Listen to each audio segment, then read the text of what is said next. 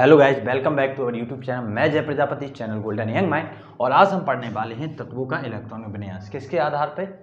आप बाहु के नियमानुसार। तो सबसे पहले आप बाहु के नियमानुसार समझने से पहले हमें कुछ बेसिक समझना है कि जैसे कोई तत्व है तो तत्व में भैया हो क्या रहा है, परमाणु रह रहे हैं और परमाणु के अंदर हैं कक्षाएँ, मतलब नाभिक के चारों दीर्घवृत्ताकार कक्षाएँ बनी हुई हैं। तो कक्षा और कक्षा के अंदर रहते हैं कक्षक, और कक्षक में क्या भरे जाते हैं? एक कक्षक में विपरीत चक्रण वाले अधिकतम 2 इलेक्ट्रॉन भर सकते हैं। समझिएगा कि परमाणु है, तत्व है, तत्व में परमाणु के अंदर कक्षा, और कक्षा में पाए जा रहे हैं कक्षक, और कक्षक में विपरीत चक्रण वाले अधिकतम 2 इलेक्ट्रॉन भरे जा रहे हैं। अब जो कक्षक हैं, कक्षक 4 प्रकार के होते हैं, मतलब कक्षा के आधार पर जो तो S, P और D और F।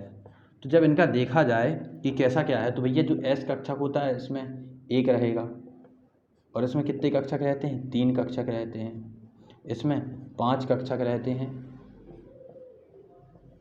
और इसमें भैया 7 कक्षक रहते हैं।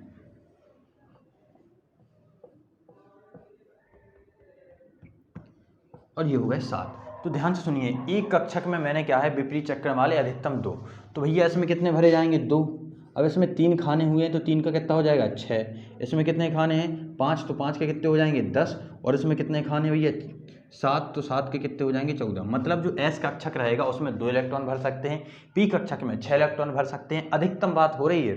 और जो D कक्षक रहेगा उसमें अधिकतम 10 इलेक्ट्रॉन भर सकते हैं, और एक कक्षक में अधिकतम 14 इलेक्ट्रॉन भर सकते हैं। अब इसी के बेसिस पे हम क्या देखने वाले हैं, आप बाहु के नियम अनुसार तत्वों का इलेक्ट्रॉनिक विन्यास किस आधार पर किया जाता है। मैंने अभी आपको जस्ट पिछले लेक्चर में बताया था कि जो जैसे बात करी जाती थी कि कितनी कक्षाएं अधिकतम, तो 7 कक्षाएं हो रही थी। तो 7 कक्षाओं में देखो S रहेगा, प्रति कक्षा में रहेगा, दूसरी कक्षा से P होता है स्टार्ट, तीसरी से D होता है, और चौथे से F होता है। अब मैं आपको एक सारणी, या कह सकते हैं सारणी ही कह लीजिए, उस आधार पर बताऊंगा जिससे आपके सारे कॉन्सेप्ट क्लियर हो जाएंगे। फिर आप जितना बड़ा इलेक्ट्रॉनिक विन्यास करना चाहें आसानी से कर सकते हैं। तो देखते हैं उसको। यहाँ पे मैं इसको इरेज कर दे रहा हूँ। तो मैं इसको साइड से बनाने की कोशिश करूंगा कि जो है कितनी कक्षाएं हैं, 1 2 3 4 5 6 7। तो S में अधिकतम 2, तो S2 कर लेंगे इसको। और मैंने कहा था पहले जो दूसरी कक्षा रहेगा वहाँ से P भी स्टार्ट हो जाए, मतलब S और P दोनों रहते हैं। तो 2p6 3p6 4p6 5p6 6p6 और 7p6। अब इसके आगे देखा जाए अगर, तो यहाँ पे क्या हो जाए, तीसरी कक्षा से D भी स्टार्ट हो जाए, तो 3d10 4d10 5d10 6d10 और 7d10। फिर इसके आगे और देखा जाए तो जो चौथी कक्षा रहती है यहाँ से F भी स्टार्ट हो जाए, तो 4f14 5f14 6f14 और 7f14। अब आपको करना क्या है, बिल्कुल बेसिक सा हमें नियम अप्लाई करना है कि तिरछी रेखाएं यहाँ पे खींचनी है। तो तिरछी रेखाएं कुछ इस प्रकार से खींचिएगा कि भैया गलत ना हो जाए, नहीं तो सब गुड़ कर लेंगे अभी यहाँ। अब मेरे पास दूसरा मार्कर है नहीं तो मैं आपको नीचे से खींच के बता देता, जिससे आपका और ये अच्छे से क्लियर हो जाने वाला है। लेकिन समझिएगा अच्छे से, तो आपको ये भी बहुत अच्छे से समझ में आएगा। करना क्या है, बिल्कुल कोई भी एक तत्व ले लीजिए। जैसे हम लेते हैं कार्बन, परमाणु क्रमांक है भैया इनका 6। तो होगा क्या, देखिए जैसे कहा जाए कि हम लोग बात कर रहे थे कि पहली कक्षा में 2 भर रहे थे, फिर भैया अपन लोग कितने भर रहे थे, 8 भर रहे थे। फिर भैया सब भूल जाओ, सब भूल जाओ। अब जब सब भूल जाओगे तो बस कुछ नहीं करना है तुम्हें, तो यहाँ से पीछे से चलना स्टार्ट करना है। यहाँ से चले, आगे आए, फिर पीछे चले गए, फिर आगे चले, फिर पीछे, फिर आगे, फिर पीछे, मतलब जिग जैग करते हुए चलते जाना है, और जिससे आपको ये चीज़ें बहुत ही क्लियर हो जाएंगी। तो देखो 6 हैं, तो मैंने कहा था इसमें अधिकतम जो रहेगा ऊपर 2 भर सकते हैं, और इसमें भैया भी 2। पहले तो सबसे पहले क्या आएगा, 1s2। क्या आएगा? 1s2। मैंने कहा पीछे से चलो, तो ये जो आगे नंबर देखो, जैसे कोई 1s2 है या कुछ भी है, तो जो आगे नंबर लिखा रहता है ये किसको शो करेगा? कक्षा को। किसको शो करेगा? कक्षा को। यहाँ पे जो लिखा रहेगा वो किसको शो करेगा कि भैया अपना का है, यहाँ पे बात करेंगे जैसे 2 है तो 2 ये नंबर ऑफ इलेक्ट्रॉन को शो करेगा। किसको करेगा? नंबर ऑफ इलेक्ट्रॉन को। और जो S रहता है ये बताता है कौन से ब्लॉक में है, S ब्लॉक एलिमेंट है, P ब्लॉक एलिमेंट है, D ब्लॉक एलिमेंट है या F ब्लॉक एलिमेंट है। तो समझिएगा इसी के आधार पर मतलब कॉन्सेप्ट तो और भी है कि S क्या क्यों होता है या P क्यों हो रहा है, फिर ये तो बस ये है कि मतलब कह सकते हैं कि जो इलेक्ट्रॉन जा रहा है वो S ब्लॉक एलिमेंट में जा रहा है। तो ध्यान से सुनिएगा, होने क्या वाला है कि अगर हम कार्बन की बात कर लें तो भैया कार्बन का परमाणु क्रमांक कितना हो रहा है 6। तो अब हम जब इसका इलेक्ट्रॉनिक विन्यास करेंगे तो 1s2 मतलब 2 इलेक्ट्रॉन भर गए, अब कितने बचे हुए हैं 4। तो 1s2 की बात फिर कहाँ से आ जाएगा 2s2, कितना हो गया 2s2 मतलब 2 और 2 कितने हो गए इलेक्ट्रॉन 4। अब कितने इलेक्ट्रॉन बचे हैं आपके पास 2 और बचे। तो मैंने क्या कहा था नीचे आएंगे फिर पीछे चले जाएंगे, तो पीछे आने के बाद आप 2s2 पे गए और फिर पीछे चले जाओ, फिर किस पे आओगे 2p6 पे। लेकिन आपके पास क्या 6 इलेक्ट्रॉन है, नहीं आपके पास सिर्फ 2 इलेक्ट्रॉन है। तो मैंने क्या कहा था ये अधिकतम है, लेकिन आप भर सकते हो अपने अकॉर्डिंग। तो 1s2 2s2 और कितना हो जाएगा 2p2। तो देखिए पहली कक्षा में कितने इलेक्ट्रॉन है 2, दूसरी कक्षा ये भी है और दूसरी कक्षा ये भी है, तो दोनों के इलेक्ट्रॉन जोड़ दीजिए, 2 और 2 कितने हो जाएंगे 4। आपका देखिए इलेक्ट्रॉनिक विन्यास ये आ गया। लेकिन इससे आपको सुटेबल क्या रहेगा कि अब जो आप 21 के बाद मतलब 20 के बाद करने वाले 21 22 23 24 25 37 38 39 50 60 80 101 108 जितना है आसानी से इसके अकॉर्डिंग हो जाएगा। लेकिन आप अष्टक नियम के आधार पे करते तो हमेशा गलत ही होने वाला था। तो देखिए पहला समझ में आ गया कि नहीं आ गया इसके आधार पे। अब हम आपको दूसरे एग्जाम्पल के थ्रू समझाएंगे। सोडियम परमाणु क्रमांक कितना होता है 11। तो भाई तो सबसे पहले हम कहाँ से आएंगे 1s2 से। भैया 2 इलेक्ट्रॉन चले गए, कितने बचे 9। तो फिर आ जाओ अभी हमारे पास इलेक्ट्रॉन तो 2s2। अब कितने इलेक्ट्रॉन बचे 4 हो गए हैं, कितने बचे 7 इलेक्ट्रॉन बचे हैं कि नहीं बचे हैं। तो भैया फिर 2p6 पे पहुँचे, तो 2p6 मतलब 4 और 6 हो गए 10, एक इलेक्ट्रॉन और बचा है तो कहाँ पे आ जाएंगे 3s। अब भैया 2 है इसमें 3s2, लेकिन हमारे पास इलेक्ट्रॉन कितना है 1, तो हम अपने अकॉर्डिंग चलेंगे ना कि क्या हो जाएगा 3s1। तो देखिएगा पहले में कितने हैं 2, दूसरे में कितने हैं 8 और तीसरे में कितने हैं 1, मतलब 2, 8, 1। बताइए क्लियर हो रहा है कि नहीं हो रहा है। अब एक और देख लेते हैं, आपका मन तो मानने वाला है नहीं। 13 परमाणु क्रमांक है भैया, एल्यूमिनियम का परमाणु क्रमांक है 13, मतलब नंबर ऑफ इलेक्ट्रॉन इसमें कितने होने वाले हैं 13 बेसिकली।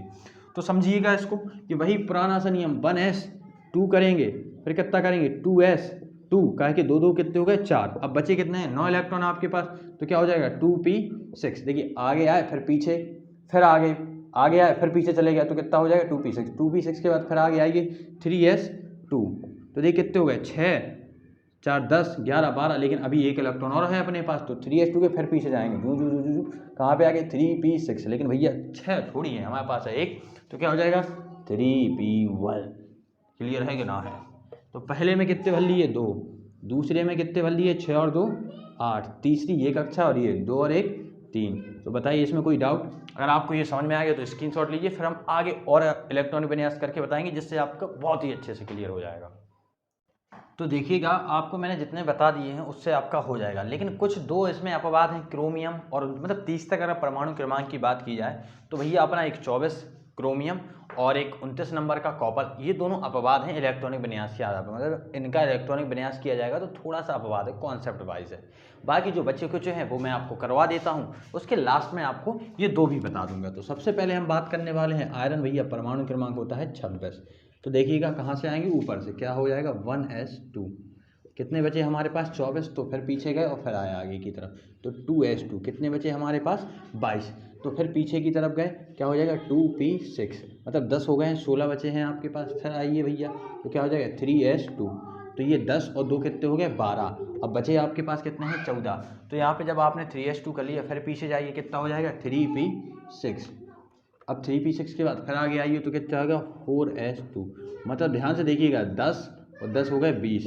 अब 4s2 के बाद फिर आप जाएंगे 3d10 की तरफ, तो 20 हो गए हैं भैया, बचे कितने हैं 6, तो कितना हो जाएगा 3d6।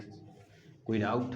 तो इसके आधार पे देखिए आप पहली कक्षा में कितने भरेंगे 2, दूसरे में कितने भरेंगे 8, तीसरी कक्षा में यहाँ पे और यहाँ पे 6 2 8 और 8 6 कितने हो रहे हैं 14, और यहाँ पे कितने भर लेंगे 2 चौथी कक्षा में। लेकिन अगर आप पहले के आधार पे करते तो भैया पहले आप अष्टक नियम के तो 2 8 8 फिर जाने 8 के बाद अब घटाइए यहाँ पे तो कितने बच रहे हैं 6 और 2 8, तो कुछ इस प्रकार से करते, लेकिन ये सरासर क्या है गलत है।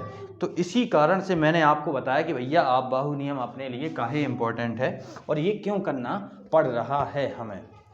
तो समझ चुके होंगे आप कि मैंने क्यों बताया है। ये 26 का हो ही गया है, 30 और देख लेते हैं कि 30 है भैया जिंक का, तो जिंक का देखिए भाई आपको 1s2 2s2 2p6। अब तो आप भैया टैलेंटेड हो गए, परिपक्व हो गए हैं। अब तो बिना देख ही आपको कर लेना है कि इसको देखने की आवश्यकता नहीं है। देखिए कुछ बार आप कीजिएगा, 1 बार 2 बार 3 बार 4 बार 5 7 बार जब आप करेंगे तो ये आपको बेसिकली आराम से आ जाएगा। अब जब ये आ गया फिर तो ये मन में चलती है, इसको देखने की आवश्यकता ही नहीं पड़ेगी। अभी आपको जब शुरुआत में करेंगे तो कुछ बार देखना पड़ेगा, लेकिन जैसे ही ये आपके माइंड में फीड होगी धूम, फिर तो आप बिल्कुल हवा में करेंगे। तो देखते हैं 1s2 2s2 2p6, फिर क्या आ जाएगा 3s2, फिर क्या हो जाएगा 3p6, 3p6 के बाद 4s2, फिर भैया 3d।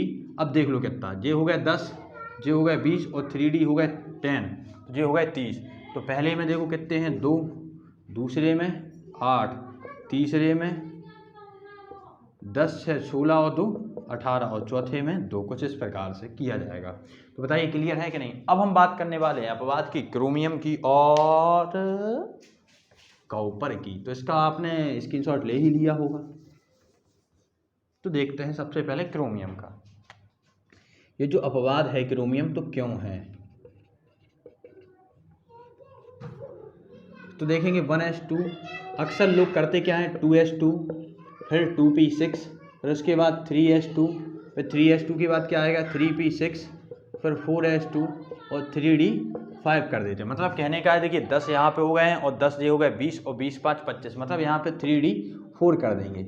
लेकिन ये गलत, सरासर गलत हो जाता है, क्योंकि होता क्या है प्रत्येक तत्व चाहता है कि प्रत्येक तत्व क्या चाहता है स्थायित्व प्राप्ति। अगर आप यहाँ पे देखेंगे तो 4s जो कॉन्सेप्ट है यहाँ पे और 3d है भैया 5, 1 2 3 4 और ये हो गया 5। तो 4s में कितने इलेक्ट्रॉन भरे गए हैं 2, और यहाँ पे कितने इलेक्ट्रॉन भरे गए हैं 4, मतलब 3d4। लेकिन होता क्या है जैसे कोई भी कक्षक है, चाहे s कक्षक रहे या p या d या f, तो इनमें दोनों में कॉन्सेप्ट है क्या कि कक्षक कब स्थायित्व रहेगा, या तो पूर्ण भरित अवस्था में, किस अवस्था में पूर्ण भरित अवस्था में, या तो अर्धभरित अवस्था में। किस अवस्था में अर्धभरित। अगर ये दो सिचुएशन हो रही हैं कि मतलब या तो पूर्ण भरित रहेगी या तो अर्धभरित। देखिए यहाँ पे एक कम है, अगर एक यहाँ का हम यहाँ पे ला दें तो ये भी अर्धभरित ये भी अर्धभरित, और ये किसको प्राप्त कर लेगा स्थायित्व को प्राप्त कर लेगा। मतलब अब भैया इनका जो इलेक्ट्रॉनिक विन्यास है वो स्टेबल हो गया है। तो इसी कारणवश होता क्या है बेसिकली कि जो यहाँ पे अक्सर लोग क्या कर देते हैं 4s2 3d4, और ये क्या हो जाता है सरासर गलत हो जाता है। और इसको सही क्यों करना है हमें, क्योंकि पूर्ण भरित और अर्धभरित अवस्था क्या होती है स्थायित्व की प्राप्ति हो जाती है। तो 4s2 ना करके हम क्या करते हैं 4s1, एक इलेक्ट्रॉन यहाँ पे जंप करा देते हैं, तो ये क्या हो जाता है 3d5। मतलब यहाँ से जो इलेक्ट्रॉन रहेगा वो यहाँ पे चला जाएगा, 3d4 ना होके क्या हो जाएगा 3d5, और 4s2 ना होके क्या हो जाएगा 4s1। तो जब हमारा इलेक्ट्रॉनिक विन्यास करेंगे जब हम, तो यहाँ पे क्या हो जाएगा 4s1 और 3d5। तो ये हमारा कौन सा इलेक्ट्रॉनिक विन्यास है सही वाला। बताइए क्लियर है कि नहीं है, कोई डाउट इसमें हो रहा है जल्दी से आप स्क्रीनशॉट लीजिए, फिर हम बढ़ते हैं अगले क्वेश्चन की तरफ। तो हम देखने वाले हैं लास्ट भैया हमारा इलेक्ट्रॉनिक विन्यास कॉपर का, और ये भी हमारे लिए क्या है एक अपवाद की भांति कार्य करता है। तो क्यों करता है मैं आपको लास्ट में बता चुका था, इसको और देख लीजिए जिससे आपके डाउट क्लियर हो जाएंगे। मतलब 1s2 इसमें भी रहेगा, 2s2 रहने वाला है, 2p6 रहेगा। देखिए 1s2 2s2 2p6, फिर 3s2 होने वाला है, फिर 3p6 हो जाएगा, फिर क्या हो जाएगा 4s2, और 3d का कर देते हैं 10, क्या करेंगे 10। देखिए कुछ ऐसा भैया, ये कितने हो गए 10, ये 20, और यहाँ पे 3d 10 ना करके क्या करेंगे 3d 9। क्या करेंगे 3d 9। अब 3d 9 वाला कॉन्सेप्ट यही गलत हो जाता है। हमने क्या कहा था, या तो कक्षक किस अवस्था में, या तो पूर्ण भरित होंगे, या दूसरा कॉन्सेप्ट क्या रहेगा अर्धभरित। या तो पूर्ण भरित हो जाए या तो अर्धभरित। अब ये नहीं है कि ये खाली ये 4 भरे हुए हैं अर्धभरित ना, आधा का मतलब आधा, समझे कि ना, कि आधा तो भैया आधा चाहिए ना, पूर्ण भरित या तो अर्धभरित, तभी क्या रहेगा स्थायित्व की प्राप्ति रहने वाली है यहाँ पे।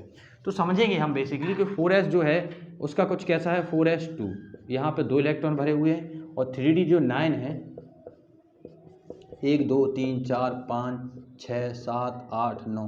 अब आप कहोगे ऐसा क्यों भर दिया, तो ये मैं आपको 11th क्लास की जब पढ़ाऊंगा केमिस्ट्री तब बताऊंगा ऐसा क्यों कर रहा हूँ मैं। तो यहाँ पे आपका क्लियर हो चुका होगा कि 4s2 और 3d कितना हो रहा है 9। तो यहाँ पे आप देख रहे होंगे ये तो भैया पूर्ण भरित है, लेकिन ये ना तो पूर्ण भरित है ना तो अर्धभरित है। तो अगर किया जाए यहाँ से एक इलेक्ट्रॉन उठा के यहाँ फेंक दिया जाए तो समझिएगा, जब यहाँ से एक इलेक्ट्रॉन मतलब यहाँ एक हो जाएगा 4s1 और यहाँ पे एक इलेक्ट्रॉन जब आप फेंक दोगे तो होगा क्या 1 1 2 3 4 5 6 7 8 9 और एक हो जाएगा 10। मतलब यहाँ 4s1 हो जाएगा और यहाँ क्या हो जाएगा 3d10। अगर यहाँ 4s1 हो गया और 3d10 तो हमारी स्थायित्व वाली कंडीशन फुलफिल हो रही है कि मतलब यहाँ हो गया भैया अर्धभरित और यहाँ हो गया पूर्ण भरित। और हमें यही तो चाहिए, या तो अर्धभरित रहे या तो पूर्ण भरित रहे। इन दोनों ही कंडीशन में क्या रहता है, स्थायित्व की प्राप्ति। अब भैया पूर्ण भरित हो गया अर्धभरित हो गया अपना काम, हमें काम निकालना था। तो जिस कारणवश ये जो इलेक्ट्रॉनिक विन्यास यहाँ पे आप लोग करते हैं ये क्या हो जाता है गलत। और इसके लिए हम लोग क्या करेंगे 4s1 और 3d10 क्या कर देंगे 3d10 कर देंगे और हमारा जो गलत होने वाला इलेक्ट्रॉनिक विन्यास है वो क्या हो जाएगा पूर्णतः सही। तो आई होप आपको लेक्चर पसंद आया होगा, तो लाइक कीजिए, कमेंट शेयर और सब्सक्राइब जरूर कीजिएगा। All the very best.